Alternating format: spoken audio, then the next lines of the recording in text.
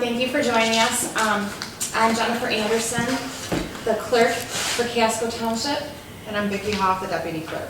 And we just wanted to share some information on the upcoming election that may be of interest to everybody. First, we'd like to talk about the Michigan presidential primary and the history of it. There's been some confusion about whether or not you have to be a registered Democrat to pick a Democratic ballot, or if you have to be registered as a Republican to pick the Republican ballot. We do have a PowerPoint presentation, and we will be, we're not going to read the screens, we're going to just kind of briefly go over them and maybe add some information to them. And we will be putting this on our website and possibly the Facebook page. So if you want to talk about some of the different questions that people might have about the primary.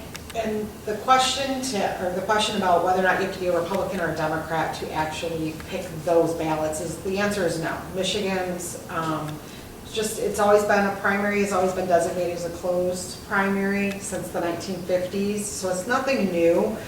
And being a closed primary, you have to pick a political party, and in the state of Michigan, you're not required to register as a certain party under election laws and that. So, let me interrupt you. Yes. We've had people ask us, I'm an independent, can I still vote in the primary? You certainly can. You can pick a Democrat, Republican, or a nonpartisan ballot and still vote. And you don't have to vote the same in the primary as you do in the general election in November. And one of the questions, why do I have to select? Because it's a closed primary. The election law requires you to pick a ballot during the presidential primary. And that has to be done in writing. You can't just call and ask for a ballot. So it either has to be on a ballot selection form if you're on a permanent ballot list, or it has to be on the application if you're on the AB list. So that's something that people may not have been aware of. So that's all you have to do to select your ballot, is put it in writing on either the application or the ballot selection form. You could call the township hall and ask us to send you an application, and we'll send it to you in the mail. And then you would fill out what ballot you wanted, sign it, date it, send it back to us, and it's postage paid. And once we get that, we will send a ballot out to you that day. There is one other option, the michigan.gov/vote, and that will walk you through a lot of the steps. You can register to vote on there, you can join the permanent ballot list, you can do your AB application, which has all this information. It's very user-friendly. You have to have your driver's license or state ID to be able to do that, and the last four of your social security number. And then that comes directly to us. You don't have to do anything once you fill it out. It comes to us, and then we will send you your ballot that way as well. Our next slide, we're going to talk about our Prop 22-2 that was passed in November of 2022. Prop 22-2 was passed by Michigan voters, and that amended the state constitution to add several election changes.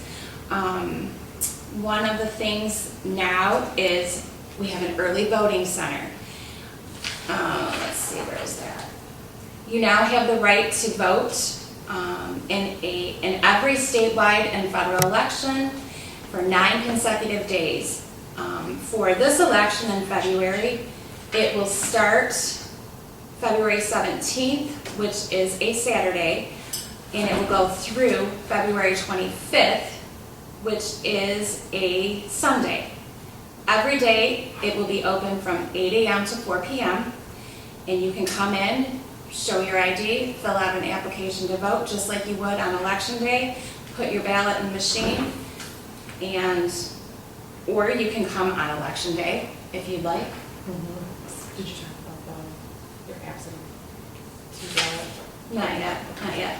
Part of the early voting center is the municipalities can do it on their own, or they can do it jointly with other municipalities, or some counties have actually taken over and just did a whole county-wide early voting center.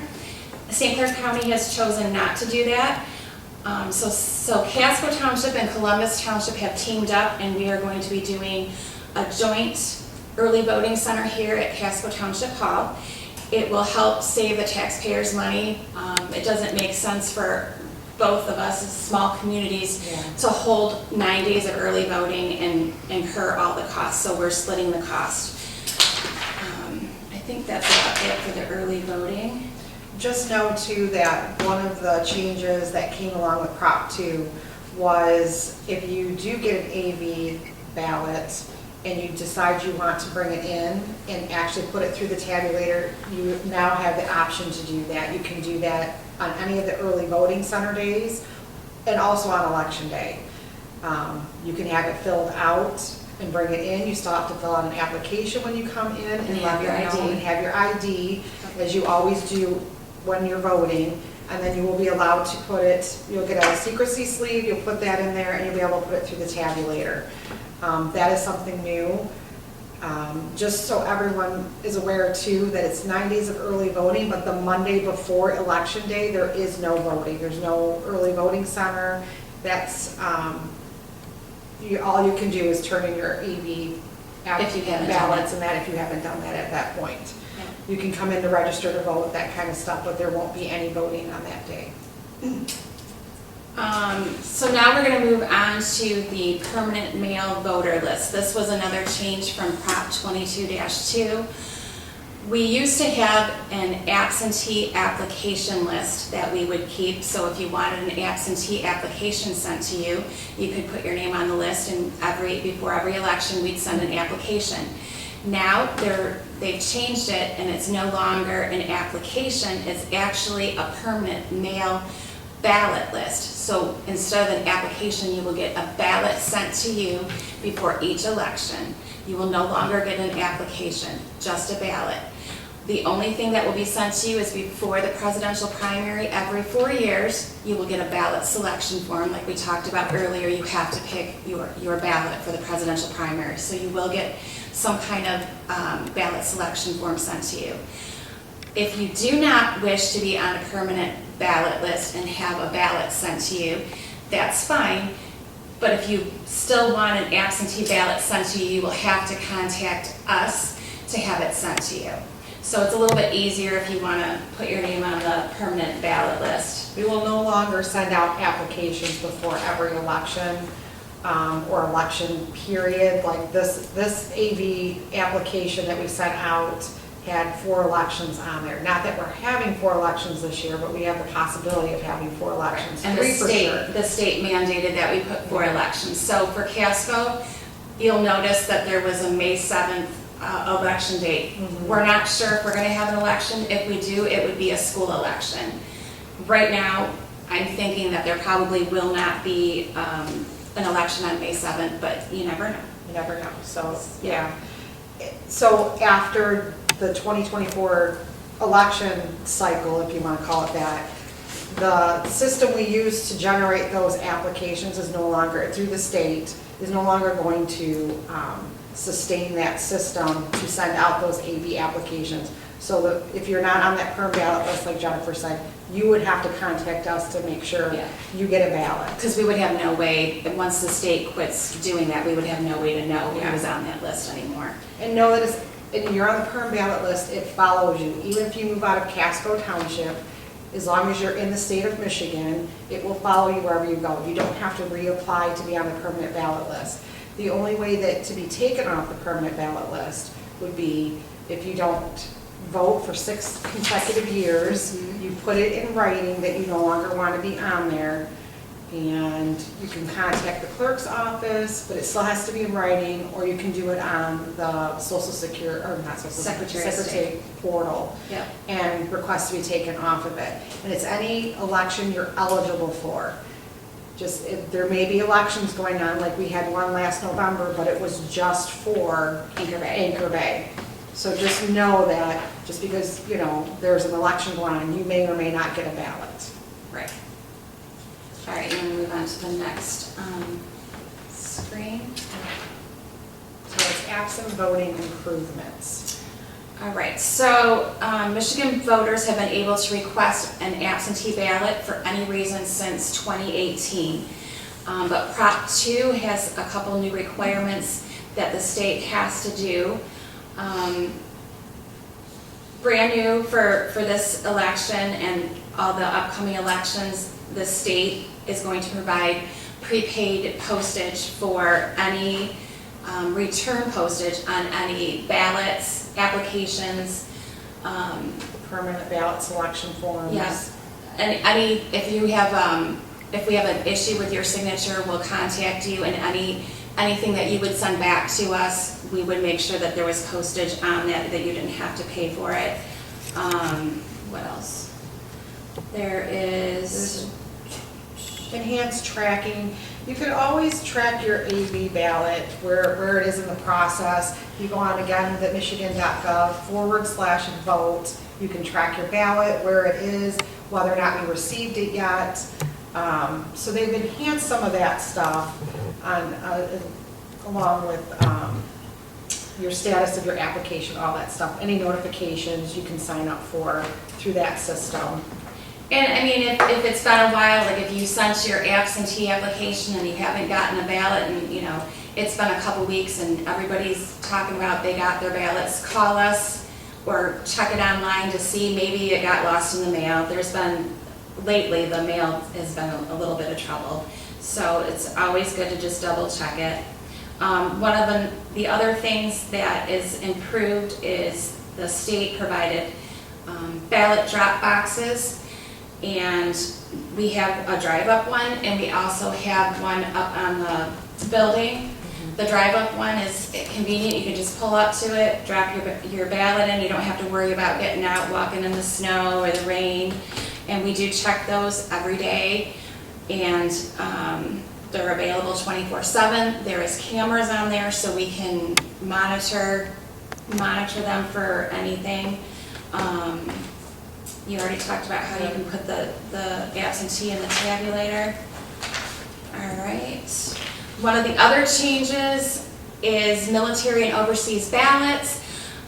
If they are considered timely if they're postmarked by election day and they are received by the clerk's office within 6 days of the election. So that is one of the new things that Prop 22-2 has brought to us. Next is voter identification.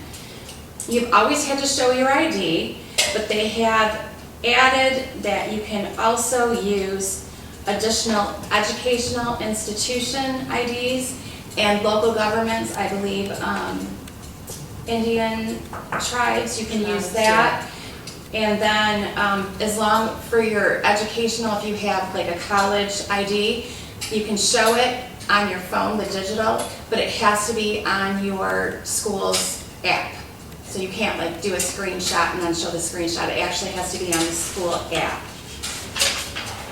Your concealed weapons license also Yes. can be used as well. Passport, Michigan's ID, driver's license, And if, obviously. you know, if you forget your ID, you will have to sign an affidavit that you forgot your, you know, that you don't have your photo ID.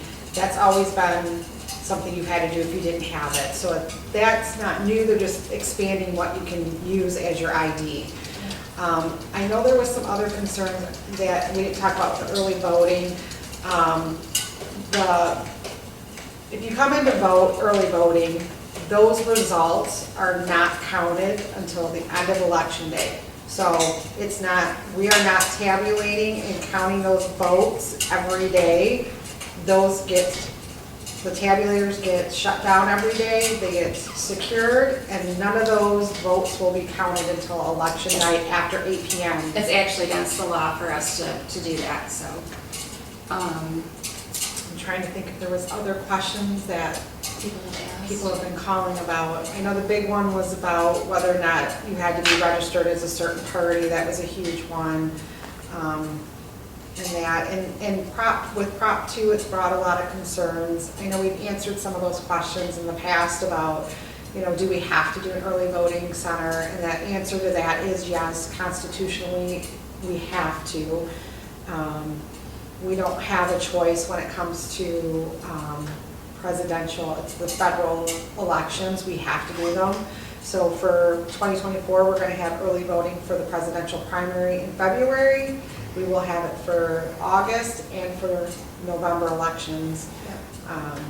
And the August is the rest of the primaries. So it would be like your local governments, any kind of Congress, senators, those would all be on August. The only thing that is not on there is the presidential primary. And then in November, it's the general election. So it's anybody who won the primary will go against each other in November. And it starts on February 16th, Yeah. that Saturday, for 9 days. It ends the Sunday before the election, and it's every day from 8 to 4 p.m., 8 a.m. to 4 p.m. on the weekends. So, I mean, hopefully makes it very convenient for everybody. Right. And then there's always election day, like it normally was, from 7 a.m. to 8 p.m. We'll be here. So, I mean, if there's any other questions or concerns, we do have some links. We have links, and like I said, we will be posting this on our website. You can always call the clerk's office. You could ask us questions on Facebook. We have a Facebook page for the township. Call us. We're here. We'll answer any questions. And if we don't have the answer, we will contact the county or the state and get the answer for you. Another thing we wanted to mention, if you are in Casco and you are in the East China School District, you do have a bond or a millage to vote on. But if you are in the Richmond or Anchor Bay school districts, there is no other issues on the ballot except for the president's. So if you choose a nonpartisan on your ballot selection form, you will not get a ballot if you are in Richmond or Anchor Bay schools. So just so you know that, we wanted to make sure that there's no confusion on that. So I think that's all we have. So we appreciate everyone tuning in, and we hope we answered some questions. We hope to see everybody out voting. Thank you. Thank you.